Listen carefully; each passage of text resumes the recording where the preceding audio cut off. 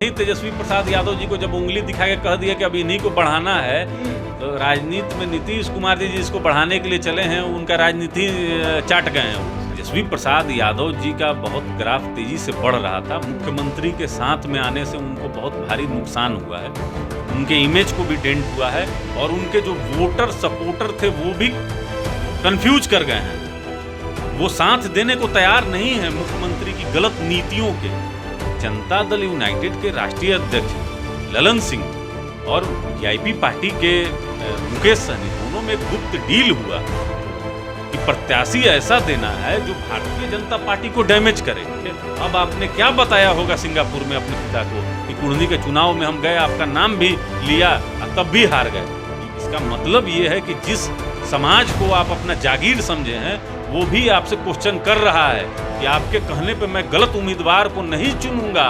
चिराग पासवान ही नहीं, तेजस्वी प्रसाद यादव हो, मुकेश सहनी हो, कन्हैया कुमार हो, तमाम वो नेता हैं जो यूथ हैं और इनको आगे आना चाहिए, बिहार का नेतृत्व करना चाहिए। लेकिन अब किस्मत में किसके है ये कौन जानता है। तो पहले से निश्चित चुनाव में भारतीय जनता पार्टी बहुत भारी अंतर से जीत रही है। तेजस्वी प्रसाद यादव जी को डे 1 से मालूम था कुढ़नी का जो चुनाव है ये आरजेडी भी अगर लड़ती तो वो चुनाव हारती, इसलिए बहुत चतुराई से यह सीट जनता दल यूनाइटेड को पकड़ा दिया गया और माननीय मुख्यमंत्री जी की जो एक अभिलाषा थी प्रधानमंत्री बनने की, वह कहीं ना कहीं वो जो गुब्बारा है वो फोड़ दिया गया। गृह राज्य मंत्री आदरणीय नित्यानंद राय जी ने कुढ़नी में कैंप किया और यादवों को कैसे कन्विंस किया, समझाया, तोड़ा और एक धड़ा जो है वह भारतीय जनता पार्टी के पक्ष में आ गया। लालू प्रसाद यादव जी हमको लगता है कि जगदानंद सिंह को एक बड़ी जिम्मेवारी दिए हैं कि किस तरीके से नीतीश कुमार के छवि से तेजस्वी प्रसाद यादव जी को अलग रखा है कि मुकेश सहनी को अगर कुछ मिल पाएगा तो उसका स्कोप भारतीय जनता पार्टी के साथ ही में है। महागठबंधन में उनका कोई स्कोप नजर नहीं आ रहा है। तेजस्वी प्रसाद यादव जी चाह रहे थे कि बिहार में जो अपराध बेलगाम है इस पर कंट्रोल किया जाए। आईएएस आईपीएस के ट्रांसफर में 2 बार फाइल भी भेजे मुख्यमंत्री सचिवालय में, लेकिन नीतीश कुमार जी के सचिवालय से इस फाइल को गुम कर दिया जाता है। नीतीश कुमार जी को देखिए, मैं तो ये कहूंगा कि इस रिजल्ट के बाद आत्ममंथन की जरूरत है। राजनीति में सबसे निचले स्तर पर माननीय मुख्यमंत्री जी की लोकप्रियता इस समय है। नमस्कार, आप लाइव बिहार देख रहे हैं। मैं हूं राजमोहन तिवारी। पिछले 20-25 दिनों से लगातार बिहार की राजनीति को कुढ़नी विधानसभा के उपचुनाव ने गर्म कर रखा था, लेकिन पिछले दिन रिजल्ट आ गया और उसके बाद अब चर्चा यही है कि क्या नीतीश कुमार की राजनीति खत्म हो गई है, क्या तेजस्वी यादव अब उनके साथ जाकर गलती कर दिए हैं और बीजेपी का क्या जनाधार बढ़ रहा है। चिराग, कितने बड़े फैक्टर, इन तमाम मुद्दों पर बात करेंगे। हमारे साथ राजनीतिक विश्लेषक चंदन सिंह हैं। कैसे देख रहे हैं पूरे रिजल्ट को? देखिए, यह तो पहले से निश्चित था कि कुढ़नी उपचुनाव में भारतीय जनता पार्टी बहुत भारी अंतर से जीत रही है और भारतीय जनता पार्टी के जो तमाम नेता हैं राजमोहन जी, वहाँ ग्राउंड पर मेहनत कर रहे थे लगातार और किसी से छिपा हुआ नहीं है कि भारतीय जनता पार्टी का जो बूथ मैनेजमेंट है वह सबसे अच्छा है और लगातार जनता के संपर्क में रहे हैं। पिछली बार महज 700 वोट के अंतर से केदार गुप्ता जी की हार हुई थी और जनता दल यूनाइटेड के जो प्रत्याशी थे मनोज कुशवाहा, ग्राउंड पे उनके खिलाफ काफ़ी विरोध था, विद्रोह था, तो जनता ने सिरे से खारिज किया माननीय मुख्यमंत्री जी के 17 साल के कुशासन को। और नीतीश कुमार जी को देखिए, मैं तो ये कहूँगा कि इस रिजल्ट के बाद आत्ममंथन की जरूरत है कि राजनीति में सबसे निचले स्तर पर माननीय मुख्यमंत्री जी की लोकप्रियता इस समय है और तेजस्वी प्रसाद यादव जी के साथ जो इनका गठबंधन है, हम लोग तो तेजस्वी प्रसाद यादव जी के साथ ही देखते हैं, लेकिन 7 दलों का यह गठबंधन है और सबका पोल खुल गया है। अब यह गठबंधन सिर्फ रह गया है राजमोहन जी, महागठबंधन खत्म हो गया है। सो कहीं से एक दूसरे के कार्यकर्ता में तालमेल इन लोग में नहीं था और तेजस्वी प्रसाद यादव जी को डे 1 से मालूम था कि कुढ़नी का जो चुनाव है ये आरजेडी भी अगर लड़ती तो वो चुनाव हारती, इसलिए बहुत चतुराई से यह सीट जनता दल यूनाइटेड को पकड़ा दिया गया और माननीय मुख्यमंत्री जी की जो एक अभिलाषा थी प्रधानमंत्री बनने की, वह कहीं ना कहीं वो जो गुब्बारा है वो फोड़ दिया गया है। और वो भी फोड़ा गया है राष्ट्रीय जनता दल के भीतरघात के वजह से। आरजेडी में भीतरघात देखिए, राष्ट्रीय जनता दल के जो कार्यकर्ता हैं राजमोहन जी, वह किसी से छिपा हुआ नहीं है कि यादव समाज बहुत मजबूती से इनके वोटर सपोर्टर वॉलेंटियर हैं। स्पष्ट उनका संदेश था कि किसी भी कीमत पर मनोज कुशवाहा को प्रत्याशी स्वीकार नहीं किया जाएगा। और इसी का लाभ भारतीय जनता पार्टी के जो कद्दावर नेता हैं, गृह राज्य मंत्री आदरणीय नित्यानंद राय जी ने कुढ़नी में कैंप किया और यादवों को कैसे कन्विंस किया, समझाया, तोड़ा और एक धड़ा जो है वह भारतीय जनता पार्टी के पक्ष में आ गया और सीधे गणित बदल गया। ये तो छवि मनोज कुशवाहा की खराब थी, इस वजह से यादव समाज का एक वर्ग बीजेपी के साथ आया। लेकिन सवाल ये है कि तमाम जो बिहार की राजनीति पर चर्चा होती है, विचार किए जाते हैं, रणनीति बनाई जाती है, वो है जातीय समीकरण। 7 दलों का गठबंधन था, साथ ही साथ मुकेश सहनी अलग लड़ रहे थे बीजेपी को हराने के लिए या खुद जीतने के लिए, यह सब कोई समझ सकता है। लेकिन आखिरकार ये 7 दलों का गठबंधन भी जब एक सीट नहीं जीत पाया, तो सवाल यह है कि नीतीश कुमार को आत्ममंथन की जरूरत है या आराम की जरूरत है? नहीं, आत्ममंथन की तो बहुत भारी जरूरत है और आराम तो उनको चाहिए ही चाहिए, क्योंकि उनका जो 2005 में जो उनकी लोकप्रियता थी वह 2022 आते आते समाप्त हो गया है। इसके पीछे बहुत सारे कारण हैं। माननीय मुख्यमंत्री जी को गंभीरता पूर्वक इस पे विचार करना चाहिए कि वो क्या कर रहे हैं राजनीति में। उनके पार्टी के भी अंदर बहुत लोग उनको सलाह दे रहे हैं, लेकिन सबसे बड़ा जो विषय निकल कर आया कि माननीय मुख्यमंत्री जी की का जो 5फोरवा वोट था वो कहाँ गया। मोकामा में भी हम लोग देखे कि 2020 में जो वोट मिला था अनंत सिंह जी को, वो 2022 के उपचुनाव में महज 1000 वोट ही सरप्लस हो पाया। कुढ़नी में देख रहे हैं, जबकि देखिए जनता दल यूनाइटेड के राष्ट्रीय अध्यक्ष ललन सिंह और वीआईपी पार्टी के मुकेश सहनी दोनों में गुप्त डील हुआ कि प्रत्याशी ऐसा देना है जो भारतीय जनता पार्टी को डैमेज करे, और दिया भी उन्होंने। नीलाभ कुमार को दिया, जिनके नाना वहां से कभी विधायक हुआ करते थे। बहुत शोर हुआ, हरा देंगे, इतना काट लेंगे, ये कर देंगे, वो कर देंगे। लेकिन जो वहां सवर्ण समाज के लोग थे उनमें तो मैसेज गया ही कि ये एक छद्मवेशी है, इसको वोट देके भारतीय जनता पार्टी को डैमेज नहीं करना है, पहला। दूसरा कि वहां से अनिल सहनी राष्ट्रीय जनता दल के विधायक हुआ करते थे, राष्ट्रीय जनता दल यह सीट जदयू को दे दिया और ये कुशवाहा समाज से बना दिए। तो वहां जो सहनी समाज है वो भी गोलबंद हुआ। अनिल सहनी तो मुख्यमंत्री का ओपन विरोध किए कि ये गलत किए हैं, तो सहनी समाज का भी वोट बट गया। तो सारा जो एक फैक्टर है, ये पैकेज में देखिए बहुत हल्के में माननीय मुख्यमंत्री जी ने इस चुनाव को लिया और तेजस्वी प्रसाद यादव जी को जाके एक इमोशनल कार्ड वहां पर खेलने के लिए कहा कि आप ऑपरेशन होके आएंगे लालू जी, तो आप क्या हम कहेंगे। इसका भी असर नहीं हुआ राजमोहन जी। अब ये महागठबंधन आपस में विचार करे गंभीरतापूर्वक कि इनके आपस में साथ रहने में भी भारतीय जनता पार्टी को कोई दिक्कत नहीं है। भारतीय जनता पार्टी विजेता के रूप में कुढ़नी में उभरी।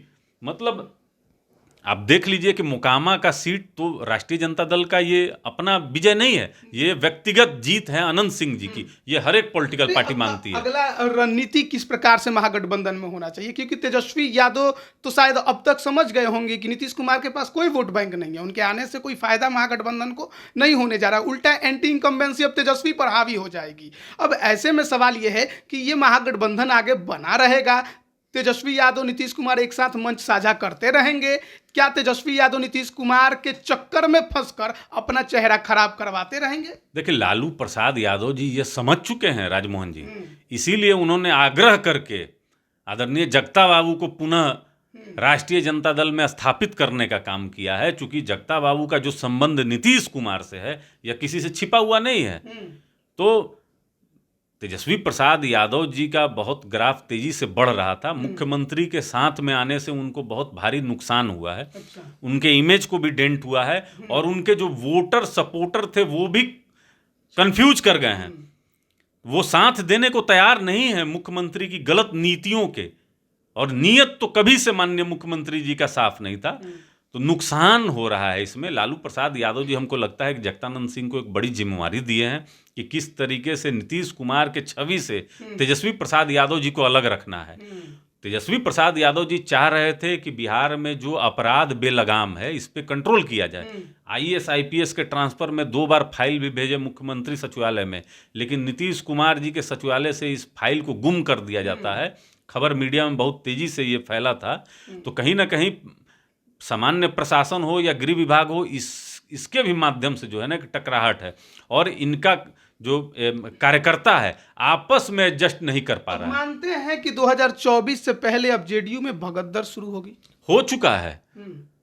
उपेंद्र कुशवाहा का जो अभी जो बयान आप देख रहे हैं, कई बार कह चुके हैं कि मुख्यमंत्री को कार्यकर्ताओं से अकेले में भी मिलना चाहिए, अपनी मंशा जाहिर कर रहे हैं। आने वाले समय में आप देखिएगा कि भारतीय जनता पार्टी का कुनबा बढ़ेगा। इसमें उपेंद्र कुशवाहा हो या मुकेश सहनी जैसे नेता हो या जीतन राम मांझी संभवतः हो सकते हैं। 2024 के पहले एक बड़ा अलायंस भारतीय जनता पार्टी भी यहाँ पर बिहार में खड़ा कर देगी। मुकेश सहनी फैक्टर को लेकर बड़ी चर्चा छिड़ी थी। नीरव कुमार को उम्मीदवार बनाए, 10,000 वोट लेकर आए हैं। तो मुकेश सहनी सीधे तौर पर नजर आता है कि वो बीजेपी का वोट बैंक खींचते हैं। ऐसे में आगे बीजेपी उनको अपने साथ रखेगी या फिर मुकेश सहनी ऐसे ही अकेले लड़ेंगे या फिर महागठबंधन के साथ भी जा सकते हैं? देखिए, मुकेश सहनी जी को पता है कि तेजस्वी प्रसाद यादव जी प्रेस कॉन्फ्रेंस से किस तरीके से भागे थे। भारतीय जनता पार्टी के साथ इनके संबंध मधुर नहीं रहे। आखिरी दिनों में इनके विधायक भी टूट के भारतीय जनता पार्टी में चले गए। राजनीति में राजमोहन जी ये सब चीज चलते रहता है। सही समय आने पर हमको लगता है कि मुकेश सहनी को अगर कुछ मिल पाएगा तो उसका स्कोप भारतीय जनता पार्टी के साथ ही में है। महागठबंधन में उनका कोई स्कोप नजर नहीं आ रहा है और महागठबंधन तो उनको मल्लाहों का नेता भी नहीं मानता है। 2024 से पहले कुडनी उपचुनाव को ललन सिंह ने कहा था लिटमस टेस्ट और सेमीफाइनल। क्या सेमीफाइनल तो हार गए, फाइनल में क्या होगा? देखिए, नीतीश कुमार की विश्वसनीयता अब नहीं है राजनीति में और ये ललन बाबू भी बहुत अच्छे तरीके से जानते हैं। तो अब प्रधानमंत्री पद की जो लालसा थी ये मन में ही रह जाएगी। कुछ नीतीश कुमार जी के जो भूंजा पार्टी में लोग रहते हैं वो फुला दिए कि आप तो बहुत बड़े मटेरियल हैं, पीएम मटेरियल हैं। तो पीएम मटेरियल अब उपचुनाव में अगर हार जाते हो और वहां प्रचार करने गए, मोकामा गोपालगंज में आप नहीं गए, तो हम लोग समझ सकते थे कि चलिए मोकामा में एक सीट कम मार्जिन आया और गोपालगंज में आप चुनाव हार गए, महागठबंधन हार गई, तो ठीक है मुख्यमंत्री नहीं गए थे, हल्ला हुआ, पेट में चोट लगा था। लेकिन अब तो कुर्नी में आप गए भी, हाथ हिलाए, पूरा हमने कितना कुछ किया है आपको तो सब पता ही है। तो आपने कहा भी अभ्यर्थियों पे कुर्सी चलवाए आपस में, तो ये लोग का बिना कोई सभा लाठी भांजे बिना तो होता नहीं है। तो नीतीश कुमार जी को अब आत्ममंथन करने की जरूरत है। जो ये अपने हवा महल में रहते हैं, एक अन्य मार्ग को अगर आप समझ लिए हैं कि आपने रजिस्ट्री करा लिया है तो कुर्नी की जनता ने आपको खटखटा दिया है आपका एक अन्य मार्ग कि नीतीश जी जागिए, सुबह हो गया है। अब कहां, अब आपके पास वोट बैंक नहीं है। आपके गठबंधन के जो सहयोगी हैं ये आपसे पूछ रहे हैं, आपके पार्टी के अंदर लोग पूछ रहे हैं कि कहां गया आपका वोट बैंक है। कुमार गठबंधन किए, तेजस्वी यादव के साथ महागठबंधन बनाए, सीएम अभी भी हैं, कुडनी हार गए और कितने दिन सीएम रहेंगे? अब एक समय 2014 में आपको याद ही होगा कि किस तरीके से हारे थे, तो नैतिकता के आधार पे इस्तीफा देके जीतन राम मांझी को बनाए थे। बहुत मुश्किल से फिर जीतन राम मांझी को हटाना पड़ा, उनको बहुत मुश्किल लगा। अब ये गलती तो नहीं करेंगे कि अब इतना कि केजरीवाल बन जाएंगे कि लो हम इस्तीफा देते हैं, तेजस्वी तुम बन जाओ, कभी नहीं बनने देंगे। तेजस्वी यादव तो कहेंगे कभी नहीं। तेजस्वी प्रसाद यादव जी को जब उंगली दिखा के कह दिया कि अब इन्हीं को बढ़ाना है, तो राजनीति में नीतीश कुमार जी जिसको बढ़ाने के लिए चले हैं उनका राजनीति चाट गए हैं वो। तो तेजस्वी प्रसाद यादव जी को होशियार हो जाना चाहिए कि अब कुर्सी पकड़ लेना चाहिए और सावधान हो जाना चाहिए कि इनकी लोकप्रियता बहुत तेजी से घट रही है, गिर रही है। अगर इस तरीके से किसी भी चुनाव प्रचार में जाकर आप अपने परिवार, अपने पिता का हवाला अगर देते रहिएगा तो राजनीति में बहुत हल्के हो जाइएगा। तेजस्वी प्रसाद यादव जी को चुनावी मंच से इस तरह की बातें नहीं बोलनी चाहिए थी कि मेरे पिता जब ऑपरेशन करके बाहर आएंगे तो उनको हम कुर्नी के बारे में क्या बताएंगे। अब आपने क्या बताया होगा सिंगापुर में अपने पिता को कि कुर्नी के चुनाव में हम गए, आपका नाम भी लिया और तब भी हार गए। इसका मतलब ये है कि जिस समाज को आप अपना जागीर समझे हैं वो भी आपसे क्वेश्चन कर रहा है कि आपके कहने पे मैं गलत उम्मीदवार को नहीं चुनूंगा।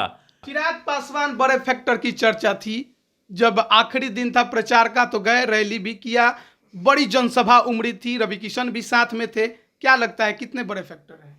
देखिए, भारतीय जनता पार्टी अपने सहयोगी के रूप में राष्ट्रीय लोक जनशक्ति पार्टी और लोक जनशक्ति पार्टी रामविलास दोनों को रखी हुई है। एक तरफ केंद्रीय मंत्री आदरणीय पशुपति कुमार पारस जी हैं, एक तरफ से चिराग पासवान जी हैं, तो दोनों लोग को साथ में रखी हुई है सहयोगी के रूप में। और देखिए, एक भी दलित वोट इधर से उधर नहीं गया। जो दलित वोट अक्सरहां शिफ्ट कर जाया करता था वह पशुपति कुमार पारस जी और चिराग पासवान जी के वजह से भारतीय जनता पार्टी के साथ सटा रहा। अच्छा, समर्थक चिराग पासवान के हल्ला करते हैं कि अब बीजेपी को चिराग को सीएम कैंडिडेट के तौर पर प्रोजेक्ट कर देना चाहिए, बीजेपी करेगी? देखिए, भारतीय जनता पार्टी राजमोहन जी विश्व की सबसे बड़ी पार्टी है, समुंदर है, और भारतीय जनता पार्टी अपने किसी भी कार्यकर्ता को अगर आगे कर देगी वह सीएम फेस हो जाएगा।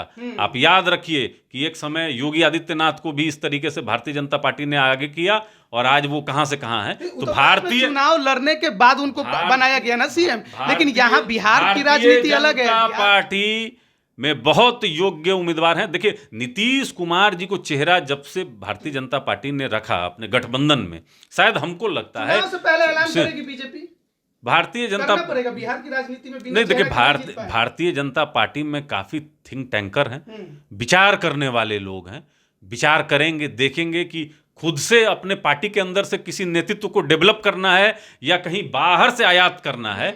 ये भारतीय जनता पार्टी को सोचना पड़ेगा। चिराग सीएम मटेरियल लगते हैं, अच्छे नेता हैं, बिहार के बारे में अच्छा सोचते हैं, अच्छा करना चाहते हैं। देखिए, जो बिहार में राजनीति करता है राजमोहन जी, वह बिहार के बारे में अच्छा सोचता है। और चिराग पासवान ही नहीं, तेजस्वी प्रसाद यादव हों, मुकेश सहनी हों, कन्हैया कुमार हों, तमाम वो नेता हैं जो यूथ हैं और इनको आगे आना चाहिए, बिहार का नेतृत्व करना चाहिए। लेकिन अब किस्मत में किसके है ये कौन जानता है। बहुत बहुत धन्यवाद आपका।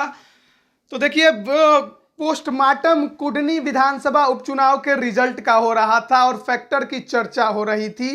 राजनीतिक विश्लेषक चंदन सिंह हमारे साथ जुड़े थे। हर मुद्दे पर इन्होंने बेबाकी से अपनी राय रखी और बताया कि कहाँ किससे क्या चूक हुई और कौन यहाँ पर बड़ा फैक्टर साबित हुआ। अब देखिए, बिहार में जो राजनीति है वो जातीय समीकरण पर बहुत ज़्यादा होती है। 7 दलों का महागठबंधन था तो ऐसा लग रहा था कि क्लीन स्वीप कर जाएंगे, लेकिन यहाँ तो चुनाव ही हार गए। अब ऐसे में निश्चित तौर पर चर्चा नीतीश कुमार को लेकर है कि क्या अब उनकी राजनीति खत्म हो गई है, क्या अब उनको आराम लेना चाहिए।